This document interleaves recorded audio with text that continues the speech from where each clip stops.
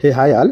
ఈ మధ్య బాగా పాపులర్ అవుతున్న నేమ్ జెన్జీ. సో ఇప్పుడున్న యూత్ కార్ జెన్జీ అని ఎందుకు పిలుస్తున్నారు, అదేవిధంగా ఏ ఇయర్లో ఏ పీరియడ్లో పుట్టిన వాళ్ళని ఏ నేమ్స్తో పిలిచేవారో మనం చూద్దాం ఇప్పుడు. ఓకే, 1883 నుంచి 1900 మధ్యలో పుట్టిన వాళ్ళని లాస్ట్ జనరేషన్ అని పిలవడం జరిగింది. ఎందుకు లాస్ట్ జనరేషన్ అని పిలవడం జరిగిందంటే ఫస్ట్ వరల్డ్ వార్లో చాలామంది చనిపోయారు కాబట్టి ఆ పీరియడ్లో పుట్టిన వాళ్ళని లాస్ట్ జనరేషన్ అని పిలవడం జరిగింది. అదేవిధంగా 1901 నుంచి 1927 ఈ పీరియడ్లో పుట్టిన వాళ్ళని గ్రేటెస్ట్ జనరేషన్ అని పిలవడం జరిగింది. ఈ గ్రేటెస్ట్ జనరేషన్ అని ఎందుకు పిలవడం జరిగిందంటే ఆ యొక్క ఫస్ట్ వరల్డ్ వార్ తర్వాత చాలామంది వాళ్ళ యొక్క లైఫ్స్ని రీస్టార్ట్ చేయడం జరిగింది. అదేవిధంగా వాళ్ళ యొక్క కంట్రీస్ డెవలప్మెంట్లో వాళ్ళు పార్టిసిపేట్ చేయడం జరిగింది కాబట్టి వాళ్ళని గ్రేటెస్ట్ జనరేషన్ అని పిలవడం జరిగింది. అదేవిధంగా 1928 నుంచి 1945 మధ్యలో పుట్టిన వాళ్ళని సైలెంట్ జనరేషన్ అని పిలవడం జరిగింది. వీళ్ళు కొంత ఏంటంటే ఆ యొక్క డెవలప్మెంట్ని కంటిన్యూ చేస్తూ ఎక్కువ ఈ సోషల్ ప్రొటెస్ట్లు యొక్క ఈ సోషల్ యాక్టివిటీస్లో కొంచెం తక్కువగా పార్టిసిపేట్ చేశారు. ఎంతసేపు వాళ్ళ డెవలప్మెంట్ కంటిన్యూ చేశారు సైలెంట్గా. సో అందుకే వీళ్ళని సైలెంట్ జనరేషన్ అని పిలవడం జరిగింది. అదేవిధంగా 1946 నుంచి 1964 మధ్యలో పుట్టిన వాళ్ళని బేబీ బూమర్స్ జనరేషన్ అని పిలవడం జరిగింది.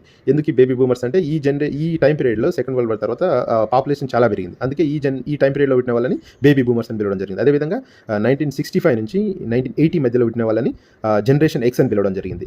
ఎందుకంటే కొంత వీళ్ళ యొక్క మైండ్ సెట్ అనేది కొంత అర్థం కాక అట్లా పెట్టడం జరిగిందంట. సో అదేవిధంగా 1981 నుంచి 1996 మధ్యలో పుట్టిన వాళ్ళని మిలీనియన్స్ ఆర్ జనరేషన్ వై అని పిలవడం జరిగింది.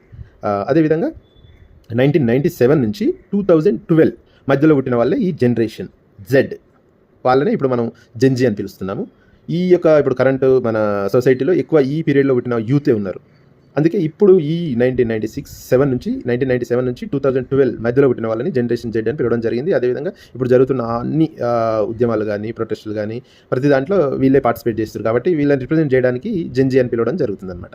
అదేవిధంగా 2013 నుంచి 2025 మధ్యలో పుట్టిన వాళ్ళని జనరేషన్ ఆల్ఫా అని పిలవడం జరుగుతుంది. సో కాబట్టి ఇప్పుడున్న యూత్ని మోస్ట్గా ఫ్యాన్సీగా రిప్రజెంట్ చేయడానికి క్యాపిచ్గా ఆ నేమ్ ఉంది కాబట్టి అంటే ఈజీగా రిప్రజెంట్ చేయడానికి వాళ్ళని ఈ జెన్జీ అని పిలవడం జరుగుతుందన్నమాట. సో అది ఈ జెన్జీ వెనుక ఉన్న స్టోరీ. అదేవిధంగా ఏ ఇయర్లో ఏ నేమ్స్ ఇచ్చారు, ఏ పీరియడ్లో పుట్టిన వాళ్ళకి ఏ నేమ్స్ ఇచ్చారు అనేది చెప్పడం జరిగింది. సో మీరు ఏ ఇయర్లో పుట్టారు, మీరు ఏ జనరేషన్ కిందకి వస్తారో చెప్పండి. Thank you.